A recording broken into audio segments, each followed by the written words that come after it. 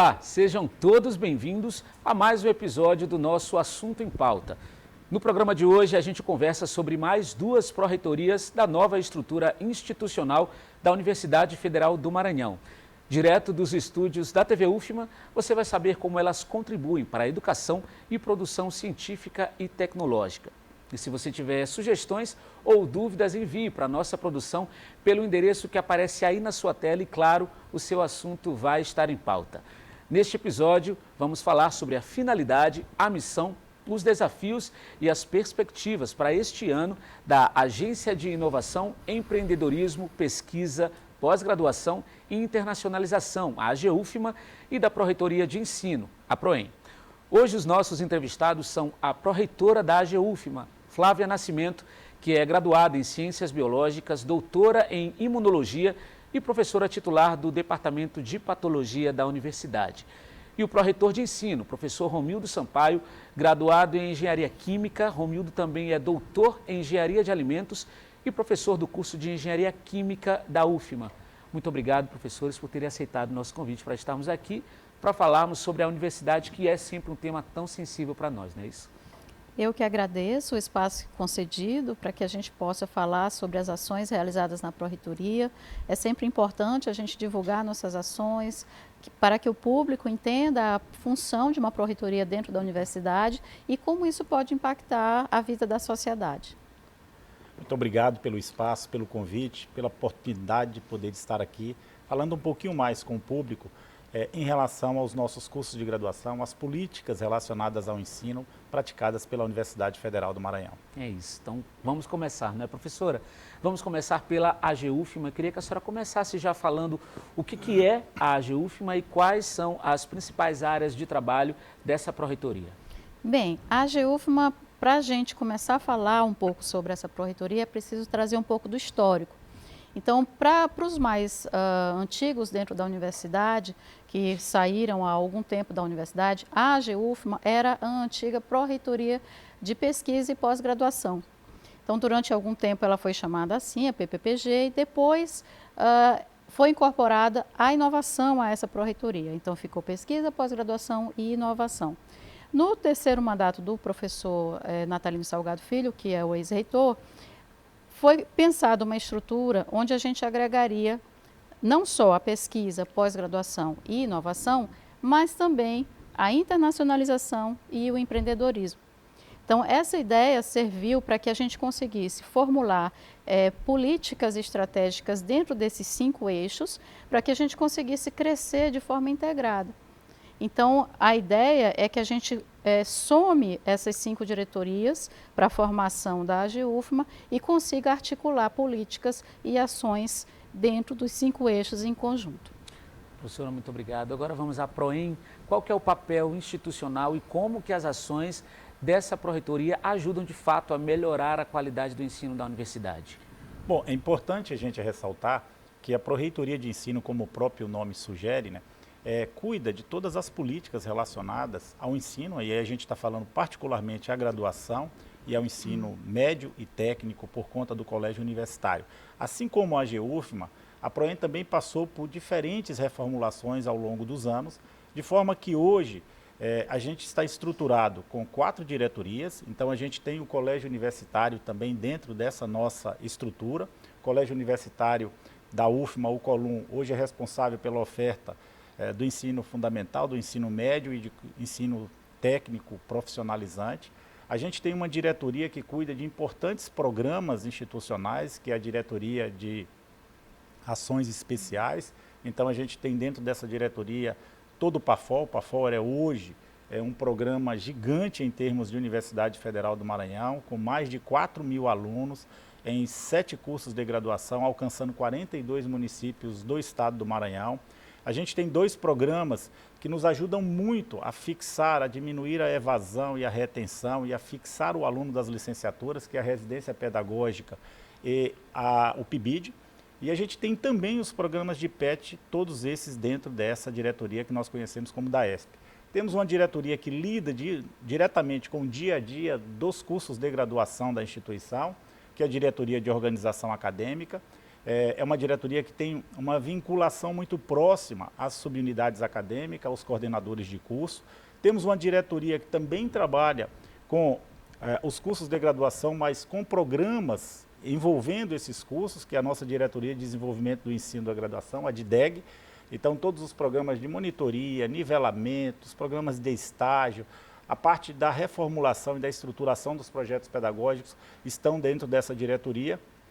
E até a gestão passada do professor Natalino Salgado, a gente tinha também dentro dessa estrutura da Pró-Reitoria de Ensino, a Diretoria de Acessibilidade, que agora passará a estar envolvida dentro da Pró-Reitoria de Assuntos Estudantis. Então, essa é a estrutura da PROEM, assim como a AGUFMA é uma estrutura muito grande, para dar conta de todos os nossos cursos de graduação e dos programas a eles vinculados. Nós temos hoje na Universidade Federal do Maranhão 96 cursos de graduação presencial, temos 14 cursos de graduação ofertados na modalidade à distância, além dos nossos 7 cursos do Programa de Formação de Professores do PAFOR. Muito obrigado, professor. Professora, a senhora acabou de falar um pouco sobre as ações, né, o objetivo principal da AGUFMA. E agora eu queria questionar quais as ações, né, e os programas realizados pela AGUFMA promovem quais resultados para a formação profissional da UFMA, dos alunos, né, dos estudantes da UFMA para o Estado também. Certo. Então, vamos começar com a diretoria de pós-graduação. Então, dentro da AGUFMA estão todos os cursos de pós-graduação, tanto o lato sensu, que são as especializações, quanto o estrito sensu, que são os mestrados e doutorados. Então, hoje a gente tem mais de 20 cursos permanentes de especialização e mais de 55 cursos de mestrado e doutorado. A gente conseguiu chegar ao número que nós estabelecemos como meta há algum tempo atrás. Nós chegamos em 20 doutorados no ano de 2023, com perspectiva de aprovação de mais 3 doutorados. Então, esses doutorados são nas mais diversas áreas. Então, tem na área de biológicas, na área de saúde, na área de direito, na área de cultura e sociedade, por exemplo, história, educação. Então, muitos dos nossos professores passaram pelos cursos de pós-graduação dentro da universidade. Então, esse é um papel muito importante que a UFMA tem, de preparo de pessoal para atuar no mercado de trabalho, né?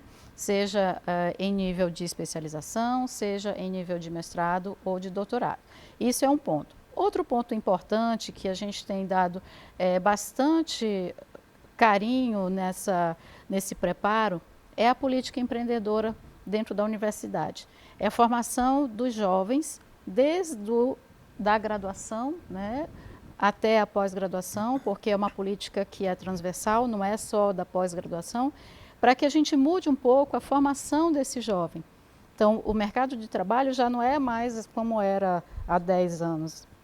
Então, nós precisamos colocar essa política empreendedora para funcionar dentro da universidade. Então, nós estamos incentivando a oferta de disciplinas, nós estamos incentivando a formação de empresas juniores nos cursos de graduação. Hoje já temos várias, inclusive eu estou muito feliz que hoje eu recebi um dado que mais de 60% das empresas juniores são lideradas por mulheres. Então, hoje o Dia Internacional da Mulher, a gente tem que brindar com isso. Na pós-graduação são maioria também, as mulheres são maioria.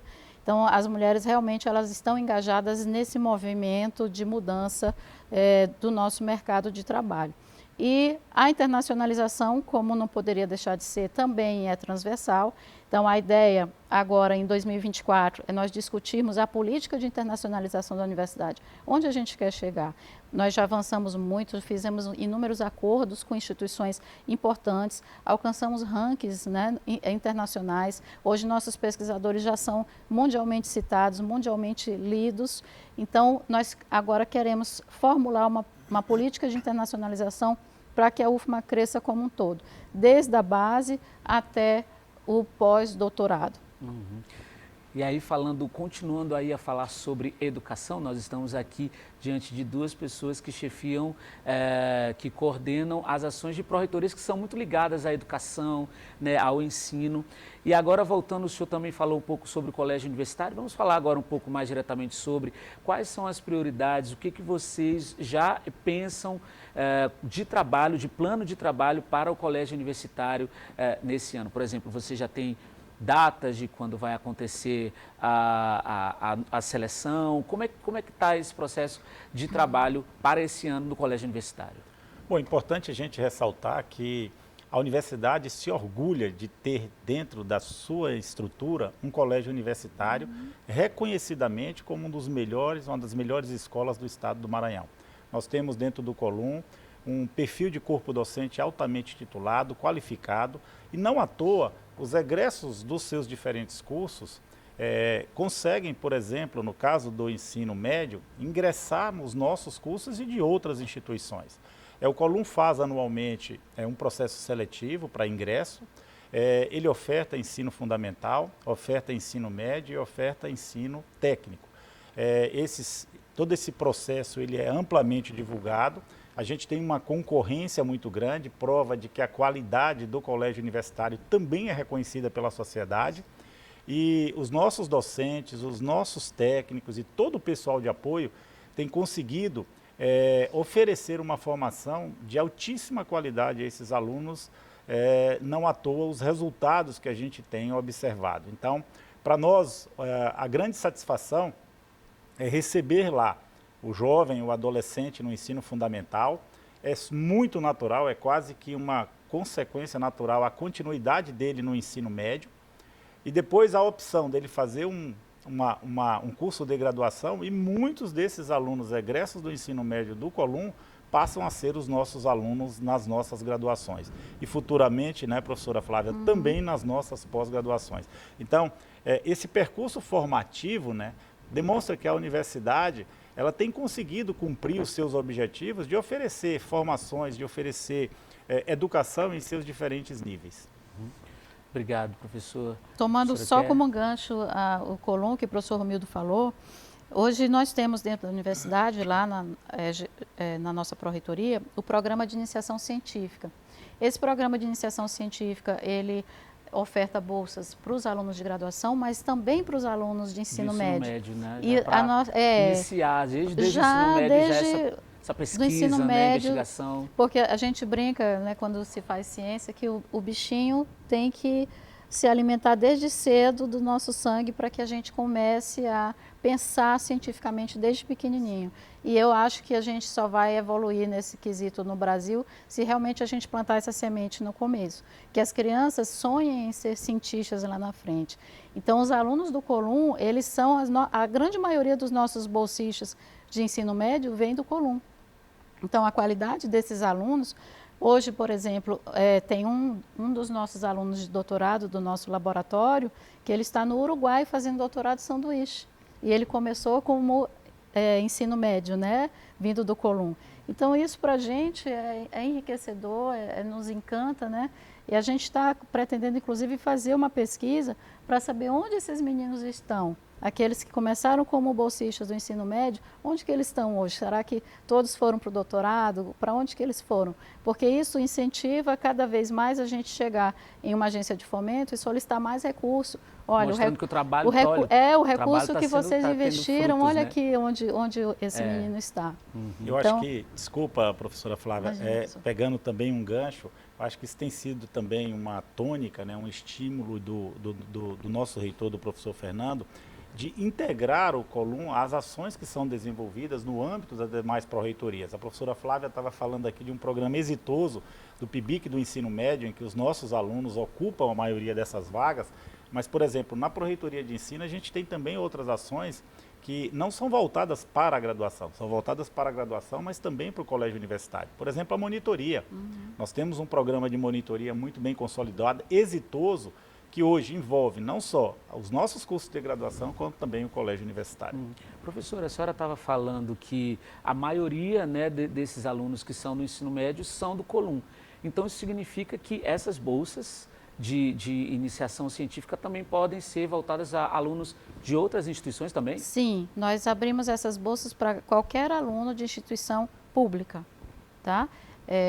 Isso é importante, obrigada por você ter chamado a atenção. Muitas pessoas não sabem, né, dessa possibilidade de bolsas de ensino médio para realizar trabalhos de iniciação científica.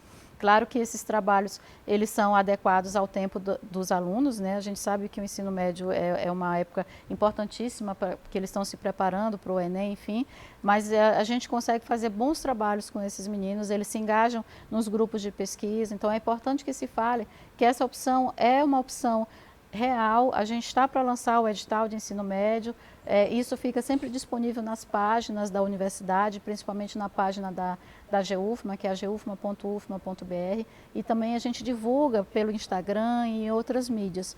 Então, os alunos que tiverem esse interesse, fiquem atentos ao edital, que a gente consegue aplicar essas bolsas para qualquer aluno de ensino público. Muito obrigado, professora. A conversa está muito boa, mas a gente vai ter que dar uma pausa para terminar o nosso primeiro bloco. Daqui a pouquinho a gente volta no segundo bloco do Assunto em Pauta. Não sai daí.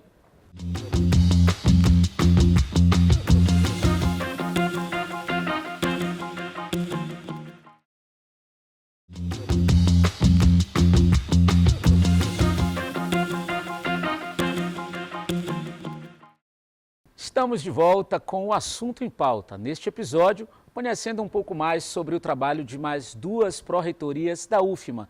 E para isso entrevistamos aqui nos estúdios a pró-reitora da AGUFMA, professora Flávia Nascimento, e o pró-reitor de ensino, professor doutor Romildo Sampaio. E agora eu retomo a nossa conversa, né, o que a gente estava conversando agora há pouco. Inovação e internacionalização são áreas importantes da AGUFMA, né? Eu queria que a senhora falasse um pouco mais sobre quais os projetos que vocês têm especificamente para essas áreas na AGUFMA para esse ano. Sim, a inovação, hoje em dia, tudo tem que ter inovação. E é interessante a gente construir essa possibilidade nas áreas de conhecimento. Porque algumas áreas, quando nós pensamos diretamente em inovação. Se eu pego a inteligência artificial, a ciência da computação, eu já penso em inovação, né? Isso já tem um caráter inovador. Mas quando eu vou para algumas outras áreas, é difícil a gente estabelecer o pensamento do que é inovador. O que é inovador em educação? Então, é um desafio a gente aprender novas metodologias educacionais. Tudo que a gente teve que desenvolver e aprender durante a pandemia, tudo isso foi inovador. Então, a inovação dentro da universidade, ela tem sido trabalhada, inclusive associada à prestação de serviço. Então, você, pesquisador, qual é o serviço que você pode prestar?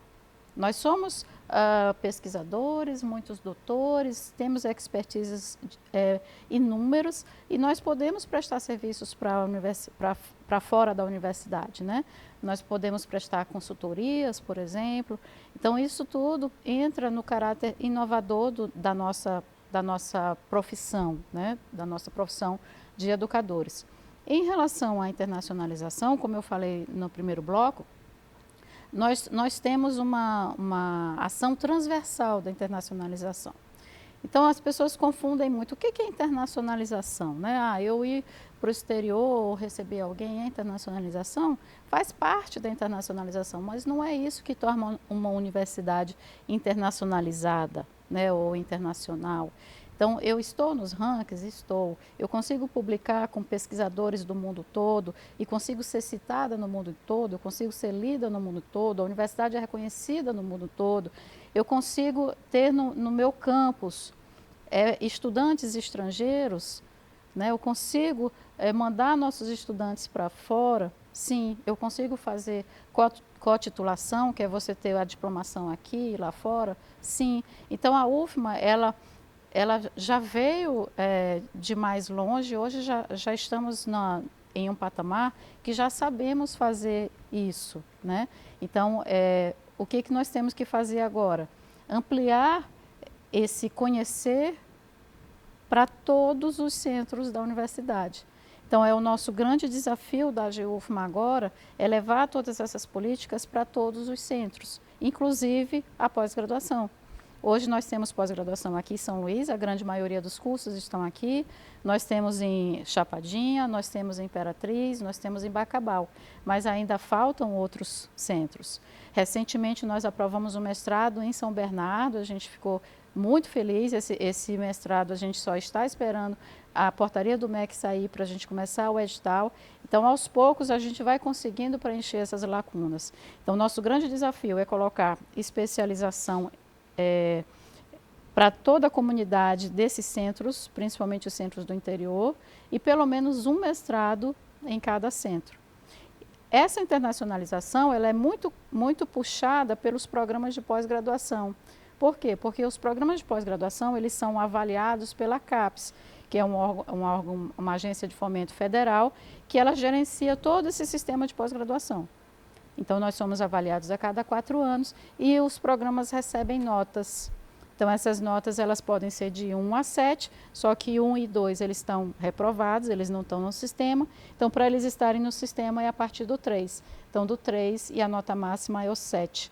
Então, para que eu chegue do 3 até o 5, se eu não fizer ações de internacionalização no meu curso, eu não consigo chegar. Muito menos no 6 e no 7. Então, no 6 e no 7 é um outro patamar já diferenciado de programa, por isso que a gente fala os programas de excelência. Hoje a gente tem um programa de excelência aqui, que é o Políticas Públicas, já um programa tradicional de mestrado e doutorado. E o que eles têm de internacionalização? Por exemplo, eles têm uma revista onde eles publicam artigos do mundo todo. Eles recebem artigos do mundo todo. Eles têm alunos estrangeiros aqui cursando, eles já mandaram alunos para fora, os professores têm acordos de colaboração bilateral com outras instituições de renome. Então, tudo isso leva esse curso a ser um curso nota 6, um curso de excelência. E nós tivemos ótimos exemplos agora de cursos que saíram de 3 vezes 3, que é um índice que a CAPES considera que é um programa que está em perigo de ser desligado. Poxa, esse programa não sai da nota 3, que é a primeira nota para estar no sistema, o que está acontecendo? E nós fizemos a lição de casa enquanto universidade, né, ainda o professor Fernando à frente da pró-reitoria, e esses programas eles foram crescendo e hoje são nota 5. Então, o programa nota 5 já é um programa internacional. Então, esses programas eles já têm vários acordos de cooperação, ele já tem disciplinas em outras línguas, ele já tem alunos, se você procurar, já tem alunos fora daqui. E a gente nota isso muito bem, porque quando nós entramos na pró-reitoria, em 2019, né, nós tínhamos 2 alunos fora com bolsa de doutorado sanduíche, que é uma bolsa que a CAPES oferece para que o aluno de doutorado vá fazer uma parte do seu doutorado fora. Esse ano nós tivemos 18. Um salto, né? Então isso denota que os pesquisadores, os nossos alunos, eles estão se preparando. Então é isso que a gente fala de política de internacionalização. É uma coisa que vai, o exemplo inspira, né? O aluno vê o outro aluno, eu também quero fazer isso, como é que faz isso? Então, é preciso que a gente corra atrás um pouco também, né? Muitas vezes a gente fica um pouco acomodado e não vai atrás dos editais. Existem diversos editais. Hoje a gente tem uma plataforma que chama Plataforma Financiar, que a Fundação Josué Montello gentilmente nos financiou, para que a gente consiga pegar todos os editais que são lançados no mundo todo e disponibilizar isso para o pesquisador da UFMA. Então, ele tem acesso a todos os editais do mundo todo. Eu sou bióloga, eu quero pesquisar imunologia, tem um edital da Inglaterra que eu posso concorrer.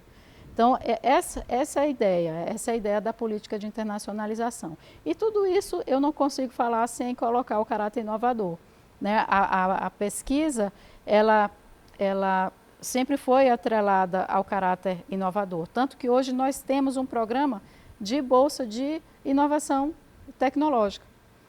Então, nós temos o programa de iniciação científica clássico, que são os projetos de pesquisa que não têm esse caráter de inovação, né? Mas temos também o programa de iniciação tecnológica. Então, os alunos, eles conseguem hoje compreender que o trabalho dele, ele pode responder perguntas que são do mercado, né? Então, eu posso ir ao mercado e perguntar qual é o seu problema, né? Qual é a sua dor? Qual é a dor da sua empresa? Ah, nossa, eu tenho uma ideia que... Uma solução que, de repente, eu vou testar se a minha ideia pode resolver seu problema. Então, essa conversa, né, com a sociedade, de um modo geral, é que está nos movendo nesse momento. Bom, professora, tudo isso que a senhora acabou de falar expõe muito a questão da qualidade, que tem sido uma tônica dessa nova administração. O programa de qualidade de ensino de graduação, que também faz parte aí, é um projeto que está sendo realizado aí pela Proem, não é, professor? Conta um pouco mais para a gente sobre isso. Sim, como a professora Flávia muito bem colocou nas palavras dela, né? Todo esse caminho percorrido pela pós-graduação, no sentido da melhoria da sua qualidade, é algo que a gente também quer replicar na nossa graduação. A qualidade é sim um tema sempre transversal, um tema sempre presente e algo que todas as instituições de educação superior, afinal de contas estamos numa instituição que forma pessoas, né, precisam ter isso em mente, né, precisam ter isso dentro das suas perspectivas e das suas políticas. E nesse sentido, o professor Fernando Carvalho tem reiteradas vezes, né, colocado para a comunidade. Nós estamos desenhando um programa de qualidade para a graduação, similar ao programa que a pós-graduação de forma muito exitosa implantou ao longo aí dos últimos anos. E ainda que a gente tenha cursos de graduação hoje muito bem avaliados pelos diferentes indicadores de qualidade do próprio Ministério da Educação, nos diferentes rankings privados dos cursos de graduação, a gente entende que ainda há espaço para a gente poder melhorar, para a gente poder combater alguns problemas que hoje ainda existem dentro das instituições de educação superior, principalmente relacionados à evasão e à retenção. Então, a ideia é que a Pró-Reitoria de Ensino, mas com a participação direta do próprio reitor, que faz questão de estar envolvido diretamente nesse processo, que a gente possa construir esse programa de qualidade com a participação da comunidade, dos gestores das unidades acadêmicas, das subunidades, e conhecer, começando com um passo inicial, conhecendo os nossos cursos, a partir de uma cesta de indicadores do próprio Sistema Nacional de Avaliação da Educação Superior, indicadores dos nossos órgãos de controle, indicadores relacionados ao percurso formativo, à permanência desses alunos, e aí sim, conhecendo os nossos cursos de graduação, é mais fácil para que a gente possa construir políticas às vezes muito bem específicas para determinadas áreas do saber, para cursos que estão às vezes nos nossos campos do interior, certo? Para cursos da capital, e com isso a gente conseguir ter uma melhoria da qualidade desses cursos, assim como a própria pós-graduação experimentou. Perfeito, professor. Agora vamos continuar aí desenrolando esse fio da graduação. Eu queria que o senhor falasse um pouquinho sobre como o senhor avaliou o desempenho dos estudantes da UFMA na última edição do ENAD. Qual que é a sua avaliação sobre? Bom, historicamente, como nós estávamos há pouco falando, né, historicamente, a Universidade Federal do Maranhão e seus diferentes cursos são muito bem avaliados por esses indicadores externos. O Exame Nacional de Desempenho de Estudantes, o ENAD, é uma das três formas que o Ministério da Educação tem de avaliar um curso ou uma instituição. Então, a gente tem a avaliação focada na instituição, a gente tem a avaliação focada no curso, por meio de comissões externas, e a gente tem a avaliação focada no aluno por meio do ENAD. O ENAD é, em si, um indicador de qualidade, mas ele gera uma série de outros indicadores de qualidade extremamente importantes do ponto de vista regulatório e avaliativo dos cursos da educação superior. Nós temos hoje no país mais de 36 mil cursos de graduação, e esses cursos passam periodicamente por esses processos de avaliação. Ao longo, desde 2004, quando o ENAD foi estruturado, né, quando o Sistema Nacional de Avaliação da Educação Superior foi concebida no país, a universidade vem, ano após ano, participando das diferentes edições do ENAD. O ENAD é um componente curricular obrigatório de todos os cursos de graduação. E, nesse sentido, a gente tem, ao longo dos anos, renovado esse protagonismo dentro do estado do Maranhão como a instituição que tem os melhores cursos. Temos cursos muito bem avaliados, inclusive com destaques na região Nordeste e com destaques, inclusive, no próprio país, nesse sentido, figurando naquele ranking dos melhores cursos, e isso tem nos permitido que a gente possa, né, afirmar aos nossos futuros candidatos, estamos no momento de ingresso, no momento de seleção por meio do SISU, né? Afirmar aos nossos candidatos que eles encontrarão na Universidade Federal do Maranhão a melhor e a maior instituição de educação superior do Estado. Muito obrigado, professor. Agora a gente sai aí da graduação, do ensino, e a gente vai para o empreendedorismo. E eu queria que a senhora falasse agora há pouco, a senhora estava falando alguns dados, né, sobre empresas juniores. Eu queria saber por que, na verdade, que é estratégico que a universidade continue desenvolvendo esses projetos de formação empreendedora e também o amadurecimento das empresas juniores. Sem dúvida, você pontuou uma coisa muito importante e que está como meta firme, que é a política empreendedora. O professor Fernando, ele tem sido enfático que ele quer colocar essa opção para a formação dos nossos estudantes, seja na graduação, seja na pós-graduação. Lá, quando começamos a gestão de professor Fernando à frente da Pró-Reitoria em 2019, foi feita uma pesquisa junto aos nossos alunos e nós tínhamos menos de 20% dos nossos alunos com o pensamento de serem empreendedores. Isso, no mundo de hoje, né, onde a gente tem um déficit de empregos formais, é preocupante. Então, nós estamos para lançar uma outra pesquisa para saber se agora, 4 anos, a gente, falando dessa política, incentivando com editais as empresas juniores, incentivando startups, colocando as disciplinas, será que mudou a mentalidade 4 anos depois? Né? Será que a universidade já começa a pensar sobre isso? E essa dificuldade, ela tem sido observada em todos os cursos. Outro dia, eu sou professora da medicina, outro dia eu conversava com meus alunos e eles falaram assim, professora, muitos de nós, quando nós terminarmos o curso de graduação e fizermos nossa residência, nós teremos nossos consultórios.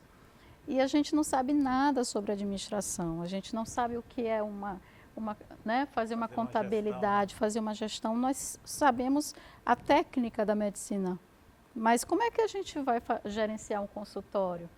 E é que isso é verdade. Então, a ideia das empresas juniores é que elas fomentem isso dentro dos cursos de graduação. Essa semana mesmo nós recebemos o presidente da JUSEMA, da Junta Comercial do Estado do Maranhão. Foi um momento riquíssimo, onde ele trouxe toda a experiência dele de empresário bem-sucedido e hoje presidente da JUSEMA. Estavam lá os representantes das empresas juniores, que também mostraram suas empresas, né? Eu sou gerente comercial, eu sou gerente de marketing. Isso é muito rico, é muito bonito de ver. Então, hoje já temos na universidade muitos cursos com empresas juniores, mas a gente quer colocar em mais cursos, inclusive no interior do estado, né, no centro do continente. E isso mostra, né, que é quase impossível que as diferentes áreas da universidade não se conectem em algum momento, né? Você faz medicina e jamais você pensaria em ter noções de contabilidade ou de administração, que são outros cursos, outras áreas de saber da universidade, né? Então isso mostra que a universidade está sempre ali interconectada, não é? Exatamente, eu sou bióloga, algum tempo atrás nós tínhamos uma empresa júnior que era a Mutual, os alunos se formaram e ela terminou se perdendo, porque tem um pouco isso, né? Se você não passa de geração para geração, a política vai se perdendo, então a gente não quer mais que isso aconteça. E o biólogo, por exemplo, ele pode ter um CNPJ para fazer os relatórios de impacto ambiental. Como é que ele vai se formar nisso, né? A gente tem que pensar nessa formação. Então, a ideia da política empreendedora, nós temos resoluções, nós fizemos toda a legislação para isso, nós temos a legislação de startup, que são as empresas que estão iniciando, né, para quem está nos ouvindo, nós temos empresas de ideias inovadoras que saíram do papel e agora estão virando empresa. Eu posso citar o exemplo de uma das minhas alunas de doutorado, que ela tem PET, né? E ela trabalhava com uma planta, uma determinada planta que eu não vou poder mencionar por segredo, né? Por sigilo empresarial, mas ela conseguiu elaborar um sabonete para cachorro e hoje ela está com uma empresa. Ela conseguiu sair como estudante e formulou um produto e agora está gerenciando uma empresa. Então, é essa cadeia que a gente quer fomentar dentro dessa política empreendedora que a gente tanto fala, né? Todo o discurso que o professor Fernando fala, ele fala da política empreendedora e ele tem incentivado todos os pró-reitores e todos os diretores a colocarem isso como pauta mesmo forte nas nossas ações. Professor, sobre o Jubileu de Ouro, né, que é um programa, né, que faz parte aí da Proem, eu queria que o senhor falasse qual que é a sensação de fazer parte desse momento, né, de relembrar estudantes que já passaram por aqui e que fizeram parte da história da universidade também. Eu acho que é um programa extremamente interessante, né, porque não existe uma instituição sem história e sem memória. Essas pessoas que há 50 anos atrás se graduaram, né, muitas delas aí com histórias de sucesso nas respectivas profissões que escolheram, marcaram a Universidade Federal do Maranhão. Então, quando a UFMA concebeu esse Jubileu de Ouro como forma de reconhecer a importância de homenagear essas pessoas, eu acho que ela resgata um pouco da sua história. É um programa que aconteceu por 2 vezes, um sucesso, a segunda edição ainda melhor do que a primeira, mostrando que não só a universidade entendeu essa importância, mas as pessoas ao serem convidadas, né, e muitas delas fizeram questão, vieram de outros estados, de outros municípios, algumas apesar da idade, às vezes das limitações físicas, mas aqui estiveram demonstrando que também se sentiram muito prestigiadas de poderem fazer parte dessa programação, fazer parte do nosso jubileu. Agora, professor, sobre a política de inclusão e acessibilidade da UFMA, quem tem direito e quais são os principais atendimentos ofertados? Bom, nós temos, né, como qualquer instituição, né, e agora a reformulação da lei de cotas, que aconteceu no final do ano passado, incorporou, né, trouxe para essa política novos elementos, né. Eu citaria aqui, por exemplo, hoje nós temos uma categoria específica para quilombolas, a gente teve mudanças para as pessoas com deficiência, como forma de tornar essas instituições de educação superior muito mais inclusivas. A Universidade Federal do Maranhão não poderia ser diferente, tem sim, ainda que com todas as dificuldades orçamentárias, né, para que a gente possa atender um quantitativo cada vez maior de pessoas que precisam desse atendimento, né, a gente tem uma diretoria de acessibilidade, como já colocamos aqui até o ano passado, essa diretoria de acessibilidade, a DACES, ela estava dentro da Pró-Reitoria de Ensino. Agora, para que ela possa estar, inclusive, muito mais próxima dos estudantes, ela está dentro da estrutura da Pró-Reitoria de Assistência Estudantil. E a DACES, cabe a ela não só implantar a nossa política de acessibilidade, quanto também permitir que essas pessoas que precisam desses atendimentos específicos e especializados possam tê-lo. Então, a gente tem aí atendimentos nas diferentes classes, né? Atendimentos para pessoas com deficiência, atendimentos para pessoas com transtorno de espectro autista, começando também a parte de déficit de atenção, certo? Hiperdotação.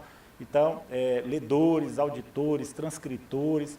Então, todos esses profissionais, né, é uma equipe multidisciplinar, formada por diferentes profissionais, visam permitir que essas pessoas que a gente está admitindo possam ter todas as condições de desempenhar e desenvolver adequadamente o seu curso escolhido.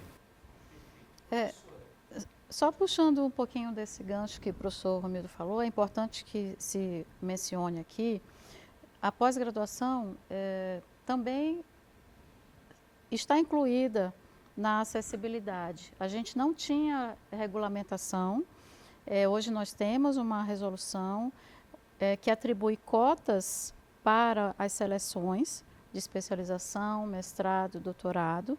Então, cotas de ações afirmativas, incluímos também, antes mesmo da legislação da graduação nós havíamos incluído no ano passado os quilombolas, né, e incluímos trans. E além disso, colocamos uma uma possibilidade de contagem de currículo de 1 ano a mais para as mulheres que foram mães nos últimos 5 anos. Então, já pensando nessa política, né, de incremento da possibilidade das mulheres, né, cheguem até o final da sua formação. A gente tem um dado que é interessante, que nós chegamos na graduação, temos maioria de mulheres. Chegamos no mestrado, temos maioria de mulheres. No doutorado, isso não é realidade. No doutorado, a gente tem ou igual ou menor. Isso indica o quê? Que quando chega na fase onde a mulher está em idade fértil, né, e ela vai ter os filhos dela, ela termina muitas vezes tendo que abrir mão ou então esperar um pouco e ela vem fazer o doutorado só depois. Isso fica muito evidente quando a formação vai evoluindo. Então, a gente não quer permitir que isso aconteça. Então, a gente quer dar condições que ela concorra, né, sem maiores prejuízos. E a gente pensa em maiores ainda políticas para incentivo das mulheres. A gente está estudando isso de alguma forma. E é importante também que se diga, porque muitas pessoas falam, eu não vou fazer pós-graduação porque eu não tenho dinheiro. Mestrado, doutorado na universidade é inteiramente público. E se você tem baixas condições econômicas, existem possibilidades de abrir mão, né, daquela taxa de inscrição inicial. Então, é preciso que a gente reforce isso. A Universidade Federal do Maranhão é uma universidade pública, é a melhor universidade pública do estado, é a universidade que tem maior número de cursos de pós-graduação, maior número de formações de mestres e doutores, e tudo isso gratuitamente. Então, é importante que a gente reforce, que a gente defenda a universidade em todos os locais que a gente vai. O orgulho de ser UFMA, eu sempre brinco com isso. Se a gente não conhecer a nossa universidade e tudo que ela oferece, como é que a gente vai amar? A gente não ama quem a gente não conhece. Sim. Então, a gente precisa conhecer. Então, as pessoas de dentro da universidade precisam conhecer a sua universidade para amá-la, e as pessoas da nossa sociedade precisam abraçar a sua universidade. Então, é um luxo nós termos uma universidade pública de tanta qualidade como nós temos na nossa cidade e em outras cidades do Maranhão. Perfeito. Professora, até abril vão estar abertas aí as inscrições para o Programa Institucional de Bolsas de Iniciação Científica. E eu já começo perguntando para a senhora quem que pode participar e os interessados, como que faz para entrar em contato, para saber quais são os trâmites para poder realizar a inscrição. Certo, o edital já foi publicado das bolsas de iniciação científica. É preciso que a gente lembre os nossos pesquisadores, porque tudo começa com os pesquisadores. Eles precisam ter projetos na nossa plataforma acadêmica, que é o SIGA-A. Então, eles precisam ver a situação que o projeto deles está. Esse projeto ele precisa estar vigente até agosto do ano que vem. Por quê? Porque as nossas bolsas de iniciação científica, elas começam no segundo semestre e vão até final do primeiro semestre do ano que vem.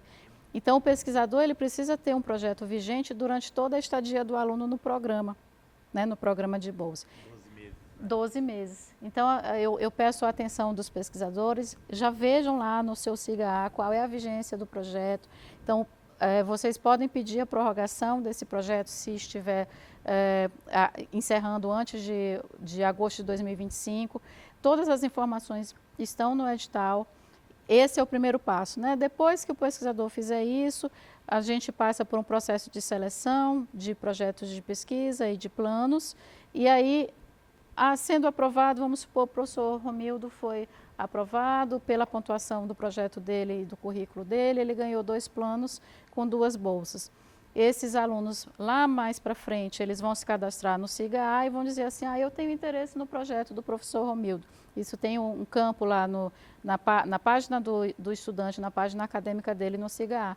E aí o professor Romildo vai fazer a seleção pelos critérios que ele estabelecer dentro do laboratório dele, enfim. Tá? Então, temos tanto as bolsas de iniciação científica, como eu mencionei, e as bolsas de iniciação tecnológica. As bolsas de ensino médio, a gente ainda vai lançar o edital, mas já está para sair. Também é a mesma coisa, o professor também tem que ter projeto de pesquisa cadastrado e tudo. Perfeito, explicado aí de forma Muito didático. Eu já queria aproveitar para a senhora falar um pouco aí mais sobre os contatos, né? Para quem está assistindo a gente, o pessoal que está chegando agora, que está conhecendo mais a universidade, os calouros por meio aí desse programa. Quais os contatos que as pessoas podem entrar para poder entender um pouco mais sobre as ações e os programas da AGUFMA? Certo. Bom, a AGUFMA fica naquele prédio da biblioteca, que a gente chama carinhosamente de SEB Velho, mas é o prédio onde fica também a PROEM, né? A AGUFMA, a PROEM, a PROAIS, concentra essas 3 pró-reitorias. Para quem não sabe,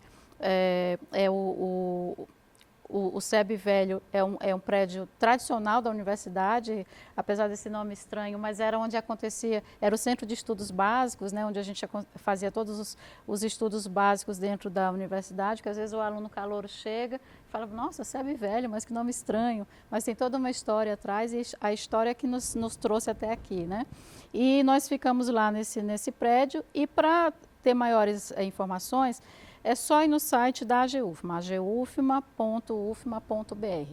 Lá nós dividimos por diretoria, então vocês vão ver por assunto, pós-graduação, internacionalização, empreendedorismo, inovação, pesquisa e todas as informações de site, os editais de seleção dos nossos cursos, todos estão concentrados nesse site. Perfeito. Professor, agora também fica aí o espaço para os alunos, né, a PROEM, que é voltada aí especificamente à parte do ensino, que toca muito, né, a comunidade acadêmica como um todo. Como que faz para entrar em contato com vocês, para saber um pouco mais sobre as ações, sobre os projetos de vocês para esse ano? Bom, primeiro eu acho que valeria a pena, reiterando que nós estamos no momento de ingresso de novos alunos, né? O primeiro contato do aluno a gente sempre recomenda que seja com o coordenador do seu curso. Afinal de contas, é quem ele tem muito mais proximidade para principalmente resolver questões inerentes ao seu curso, às disciplinas, à matrícula, etc. A Pró-Reitoria de Ensino também está localizada no SEB Velho. Pela entrada principal, nós somos o primeiro corredor, né? A AGUFMA é o segundo corredor. O terceiro corredor, né? Mas nós somos o primeiro corredor. Primeiro PROEM, terceiro AGUFMA. No segundo nós temos a PROAIS e no terceiro nós temos a AGUFMA. Né? Então é bem sequencial. E nesse corredor a gente tem ali boa parte de toda essa estrutura que eu relatei no início da nossa conversa aqui, e que pode ser utilizada, né, presencialmente para atendimento às dúvidas que esses estudantes tenham. Da mesma maneira que a professora Flávia relatou, a gente também tem os meios oficiais de comunicação, de divulgação das nossas ações. O site da Pró-Reitoria de Ensino é proem.ufma.br, também está muito bem estruturado, ele é atualizado diariamente, a gente tem lá todos os nossos cursos de graduação, a gente tem os projetos pedagógicos, a gente tem, na verdade, a estrutura dessas nossas 4 diretorias, as 3 diretorias, mais o colégio universitário. Então, é um material muito rico, né, que o aluno e o candidato, ou o nosso futuro aluno, nosso atual aluno, pode acessar para ter maiores informações. Além disso, né, a gente tem também redes sociais, a própria rede social da universidade, a Pró-Reitoria de Ensino também tem as suas redes sociais, onde a gente acaba passando, né, para a comunidade em geral as principais notícias, as principais informações. Isso. Bom, nós estamos chegando aí ao fim da nossa conversa, mas eu queria aproveitar esse momento final para vocês acrescentarem algo que vocês queiram falar, né, falar alguma palavra de apoio, de incentivo para o pessoal que está começando agora, né, os novos alunos. Fica aí esse momento para vocês. Bom, eu quero dizer sim que a UFMA é a minha casa e a UFMA será a casa de vocês que estão entrando aqui. Então, é um ambiente bastante acolhedor. Eu tenho muito amor por essa instituição e eu vejo muitos depoimentos dos alunos falando justamente isso, né? Que a UFMA passou a ser a sua segunda casa. Então, quando a gente vem iniciando o curso de graduação, a gente vem com todas as expectativas do universo e dizer que nós estamos aqui para acolhê-los, para recebê-los, para, se acontecer algum problema, tentar resolver, tentar ajudar a resolver, porque o nosso objetivo sempre foi e sempre será a melhor formação possível que a gente conseguir. E o que a gente busca é a excelência na qualidade. A gente não quer se conformar com menos do que isso.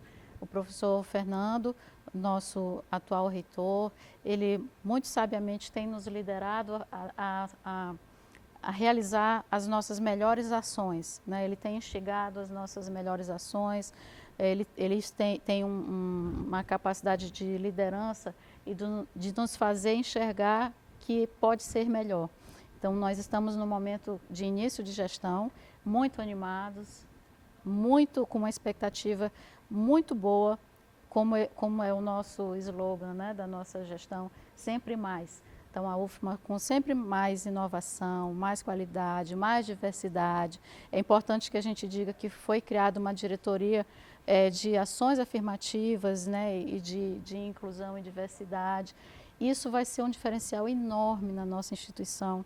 Nós sabemos os problemas que nós temos, nós não estamos escondendo os problemas, mas nós queremos resolver e estamos animados para isso.